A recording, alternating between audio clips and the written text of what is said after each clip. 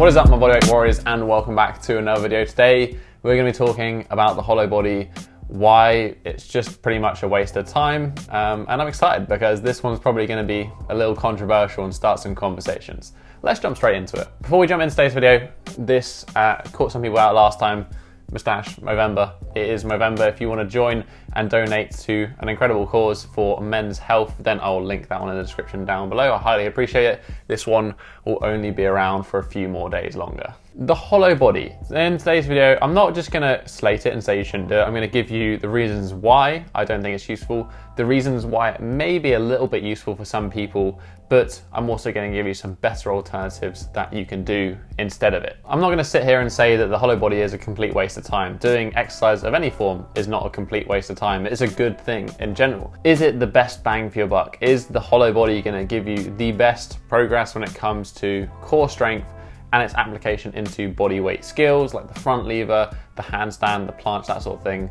Is it going to help you out long term? And the answer is going to be generally no. The hollow body is kind of touted as this important gymnastics core exercise, and it is important in the relevance to gymnastics, because if you think about gymnastics, there's actually a lot that we miss out as bodyweight, as calisthenic athletes that gymnasts do, and that is mainly going to be tumbling and these dynamic movements. And in these movements, there is a requirement for that arch hollow transition to do things like round-offs, back flicks, all of these sort of things. They are going to incorporate that hollow body, that arch body position, and this is why I think it's potentially useful in that context. For the bodyweight athlete, the person who wants to do a front lever, the hollow body is going to really do cool for you.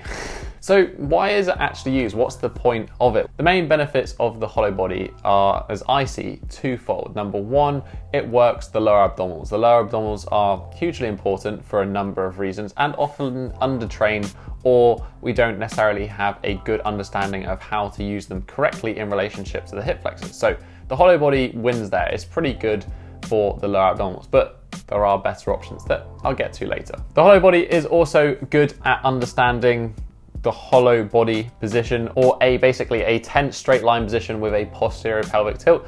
Some people say this is useful for handstands, but I'm going to have to disagree here. The hollow body is pretty useless for handstands because it forgets the vector of gravity. Gravity acts down upon us. When we're in a handstand, it's much the same as if we're standing, whereas in the hollow body position, we're going to be lying horizontally on the floor. Gravity is much more intense, therefore the core position is much more intense. So yes, it is useful to understand posterior pelvic tilt. Is it the best way of doing it?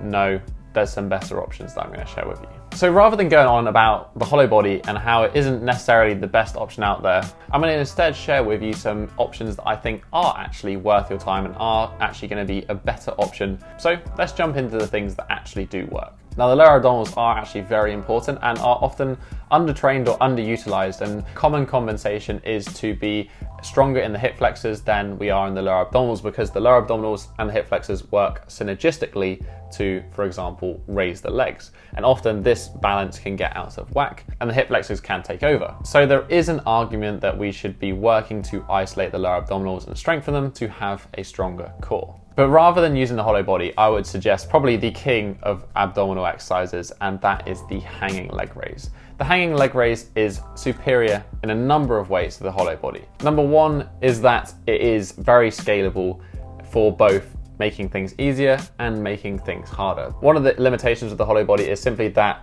you can only ever do the hollow body.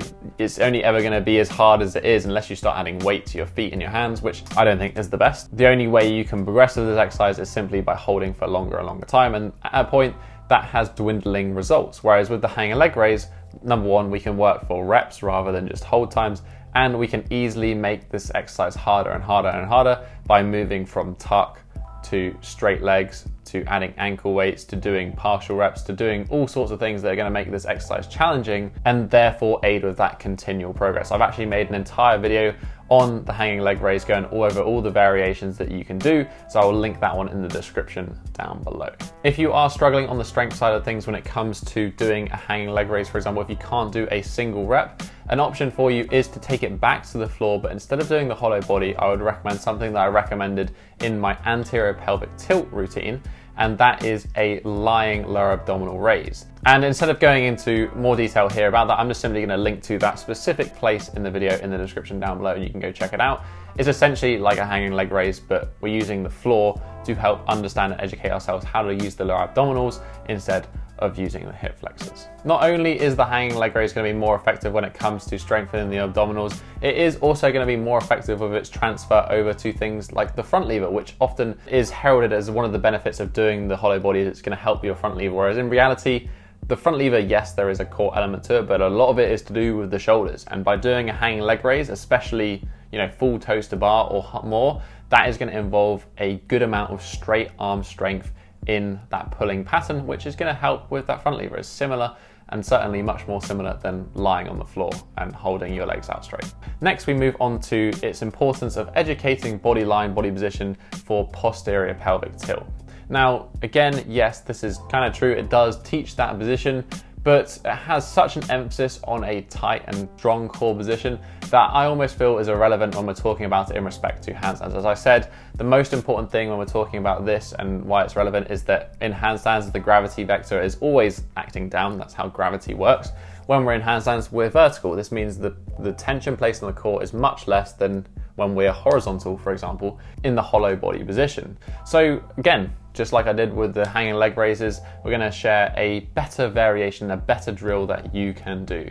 So drill number 1 is actually from my app Tribe, which as always is featured on this channel, is linked in the description down below if you wanna get it, if you want full access to those routines, handstand strength, flexibility, all of that good stuff, it is linked in the description down below. And if you're watching on Monday, on Cyber Monday, there will be a discount running. Again, that'll all be detailed on the website. And this exercise is the front body line drill. So basically hollow body hold, but we're just simply gonna flip ourselves over onto our front. So what this drill is good for is that it actually gives us that straight line, the floor that we're lying on, in a more beneficial way when it comes to handstands. When we do the hollow body hold, we actually create a slight dish shape out of our body, which isn't necessarily useful for handstands, because if you look at somebody doing a handstand, they're not really creating a disc shape, they're creating a straight shape, which is what lying face down on the floor can give us. When we're in this position, we don't also need to worry about actually straining and trying to hold the position. There's no real intensity there, but we can simply focus on that posterior hip position, drawing that belly button in,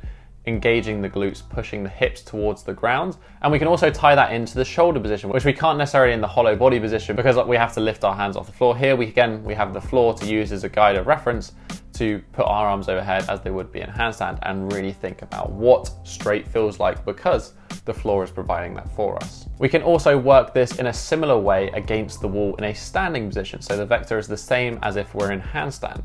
All we need to do for this one is holding a stick to fix our hand position overhead. We can face a wall and perform the exact same front body line drill, except we're going to use the wall as our reference for what straight feels like. And again, we can concentrate on making that posterior hip position, pushing toward the shoulders overhead and feeling what a straight handstand should feel like.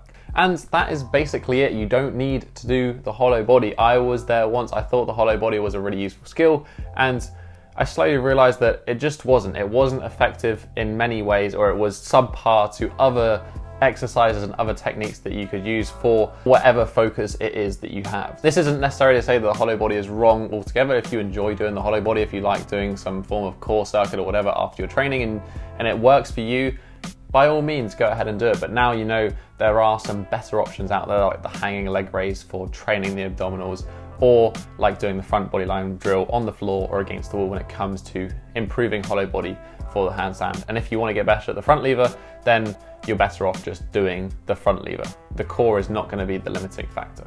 That being said, this is a conversation, as I said, it could be a potentially controversial video, so please leave your opinion in the comments section down below. I'd love to hear what you thought about this video, because yeah, I'm just interested. This is only my opinion. This is based on my practice and my coaching. I'd love to hear yours. If you did enjoy this video, if you thought it was worthwhile, hit that thumbs up button and support the channel. While you're also down there, you can hit that subscribe button as well if you want to join the Bodyweight Warrior tribe. But that has been it for this week, guys. I'll catch you in the next episode. Have a strong week, and peace.